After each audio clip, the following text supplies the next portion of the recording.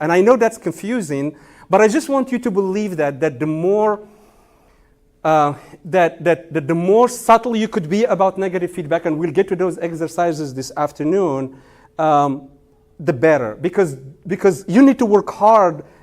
You need to work hard at making sure you don't come across as too strong when you are delivering negative feedback. Because if you are independent, explicit, that's okay in your culture. That's okay in that culture, to be direct, to be explicit, to be straightforward. That just doesn't translate very well to other cultures. Okay? So just kind of remember this. This doesn't solve anything. This doesn't give you actual clues. But it just changes your mind about what you consider to be indirect is actually, could be actually very, very direct, especially negative feedback. Any questions or reactions? Yeah. Yes. No, you were smiling, so that's why I point to you. Tell me, what are you smiling? I was just thinking about how within our just in our internal groups within the school district that we work with, there is a lot of this happening Mm-hmm. within the departments. Yeah. And we're all under the same umbrella. Right? Yeah. And so we've got actually a group huddle with one of the other departments in a couple of weeks, and I was tasked with an icebreaker. Mm. So I was smiling because I'm gonna figure out a way to incorporate this into our icebreaker. Okay. Yeah. Great. Is this helpful, by the way? Is this helpful to you guys? Yeah, you were going to say something? Yeah, I was thinking just within the cultures of the United States.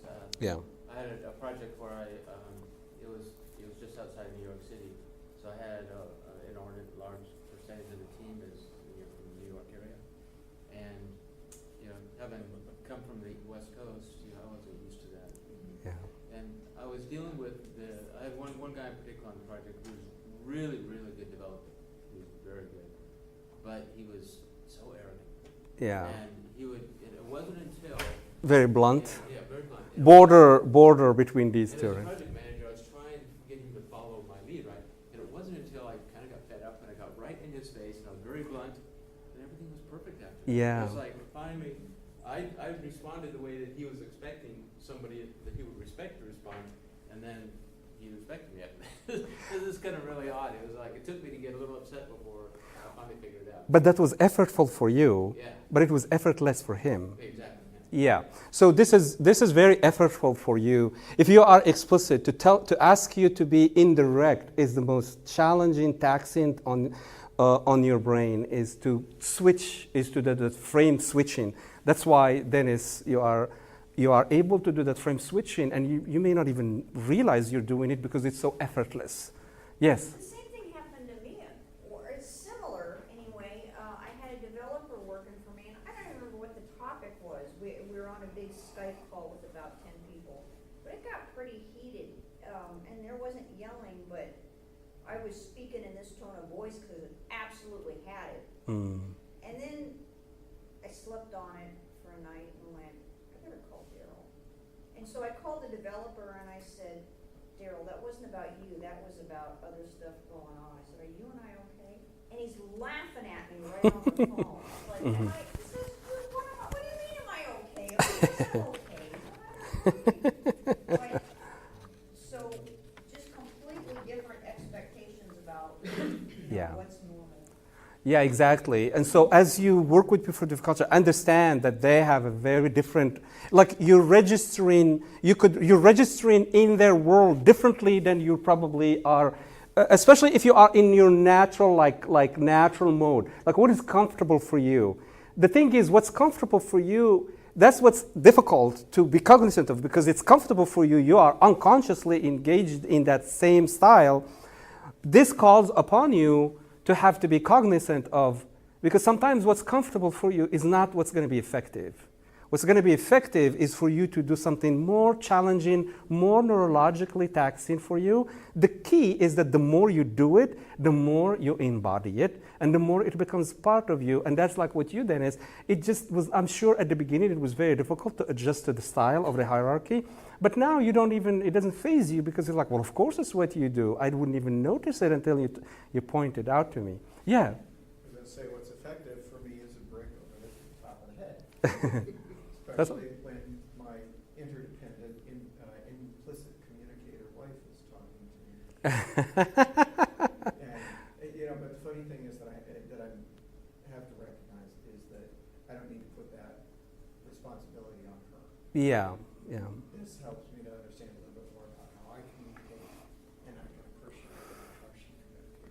Yeah, exactly. And the key, what this calls upon you to do, is to understand that you are capable of evolving, of adopting different styles, and that the more willing you are to adopt, the more effective you become, where you develop this third way. It's between independent and independent, but it's more powerful because you incorporate an element of both. The key thing is to remember when you are not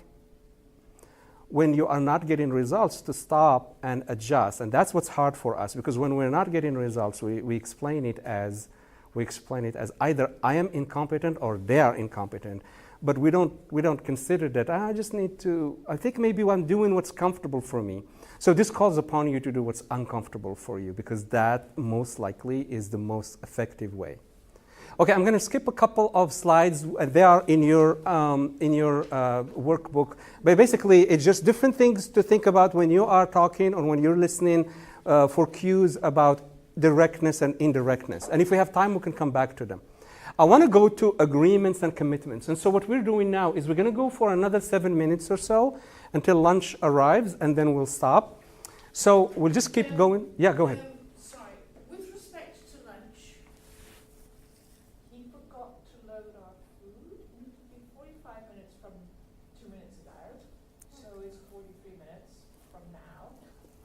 That is an assertion. No, that's an interpretation. When it arrives, I will assert that the lunch has arrived, but not before it arrives. Okay, so we're thinking about 12:30. So we'll So you can keep going. You guys are okay? Keep going, and then we'll take a break at 12:30, and we'll take an hour break. and coffee and hot water and stuff just Okay. fresh. And feel free to get up and and if I skip some slides, it's just because I may have covered them already, or I may cover them, but I just want you to have them so that later on you can go back to them. Okay, so first, remember where we were. We talked about, in general, those 5 speech moves. Then we looked at the different communication styles. Now we're going to look at how different cultures teach us how to gain, how to reach agreements and gain commitments from each other. That's also very culturally shaped. So if you are from independent culture, and the next couple of slides are actually 5 slides, they're going to be more of, if you are from this culture, here is what you need to know, and then the opposite culture. So if you are independent, obviously these are going to come very easily. They're going to become very obvious to you because you experience these. But like I said, what is different now is you're beginning to see where they came from. Yes may just mean I hear you.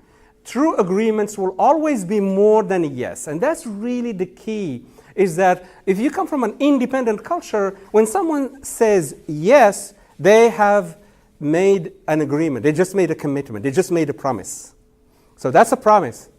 Well, that's not a promise when you're dealing with interdependent cultures. That's when there is hierarchy and relationships and discomfort, potentially, because they just don't want to tell you no, they're going to say yes, which means that, listen, this is really what it means. It means, okay, I care about this relationship. I care about the fact that this is important to you. So here's what I promise. I promise that I'm going to try to go and make that happen, whatever it is. But there is a social contract underneath it which says that if I fail, you got my back, and you understand that I have given it my best, and you're going to cover me. You're going to give me air cover when that happens. You know what I mean? So there's that yes is always given in the context of the relationships, that we are going to understand, that you're going to understand if I try so hard to try to make it happen, and I can't make it. But the thing that makes it where it's not a yes, it will always be in the message. The person that actually means no, or means I don't know if I can do it or not, but the appropriate thing for me to say right now is yes. They always will give you the breadcrumbs to tell you that yes is very conditional. Okay? That yes it means, okay, I'm going to go try, but you understand the rules. So, does it make sense so far? So that's why, it's very seductive to hear a yes. When you hear a yes, especially if you are independent, it's like a yes, it's a promise. Thank you, I'll talk to you later. Wait.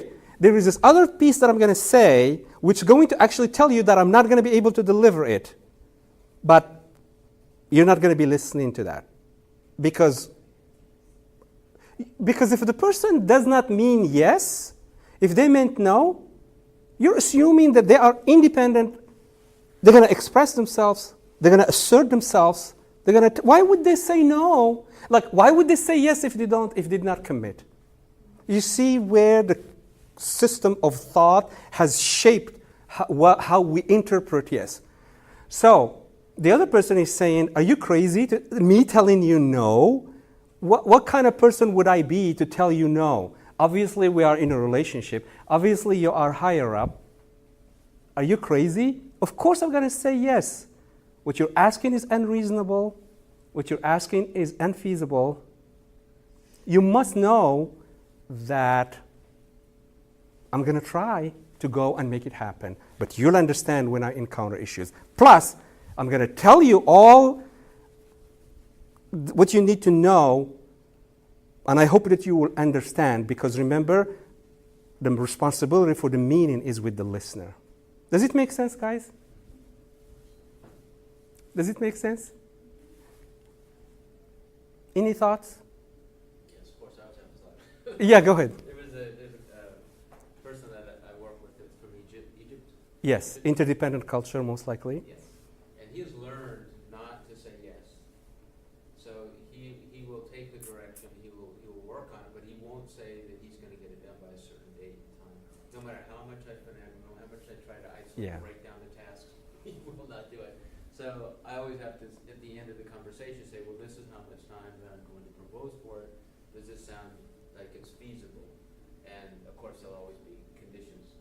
Then he'll let me proceed with it, but he will not ever give me a timeline because of his cultural concerns about it and what he's learned working with the West, right? Yeah, commitments. And that's his way of developing a style that will always give him that sense where he's not going to disappoint you. You see, if he does it that way, he will never disappoint you. There's nothing worse for an interdependent person than to disappoint. Right. Like, That's what he wants to do, is make sure he doesn't say, I'm going to do it by this time. yeah. So that's his style of preserving or preserving the relationship, because you will never be surprised, you'll never be disappointed because he never communicated any dates. So any dates is going to be okay. So that's an interesting nuance. It's not CYA, it's I don't want to disappoint. It's always about the relationship, absolutely. That's really the key. It's always about the relationship. It's always about preserving the relationship. It's always about maintaining the relationships. That's how this ingrained in the neurology, because that's what you've been raised on, and that's what you do. That's how you express your individuality. That's how you express your sense of word. That's how this, that's how their system of thought has prepared them to be a successful person in society. That's how they get rewarded. Yes, Jacqueline? It was a wonderful experience working with a film company in Ireland, and the electricians were all Irish, and the guys coming in from England were running the project. The company is called Working Title. Next time you're in the movie. Yes. I just saw them lately, yeah. Yeah, they do. They're quite big now. They were very small measures. Anyway, and this English guy comes in, and the Irish guys are doing work for him, specifically the electricians and basically the labourers, blue collar workers. And he is like, he's English, so he's whining all the time. English whining all the time. He wants to know when you left Ireland or another country and got to England, because the people are always whining. And so he's whining, how awful the Irish are, and they never give you a straight answer, they never give you a dead he wishes he was back in England, and the Irish are awful, and he still wishes he was back in England. So he continues like this day in, day out, because the English are like that, they whine all the time. And not that I have any prejudice. And then at about 3 months into the project, he goes home to England, he comes back to Ireland, and he gets drunk one night at a party, and he starts crying about how wonderful the Irish are and how horrid the English are. He wants to go back to England to work with them over there. He doesn't know how he worked with them in the past. He's sure as hell not going to work with them in the future. And the Irish people are the only people he's ever going to work with. And what happened was that, unbeknownst to him, the Irish were always very easygoing because it's considered rude to be exacting in your discussions because it suggests that you don't trust people. Yeah. And so he had got used to the Irish way of working, and then we went back to England, we found them all found him rude. But he hated the Irish. So it's, it's an example of how subtle nuances like that. Yeah, and when you get used to a culture, like say you go live in Mexico or China for 5 years,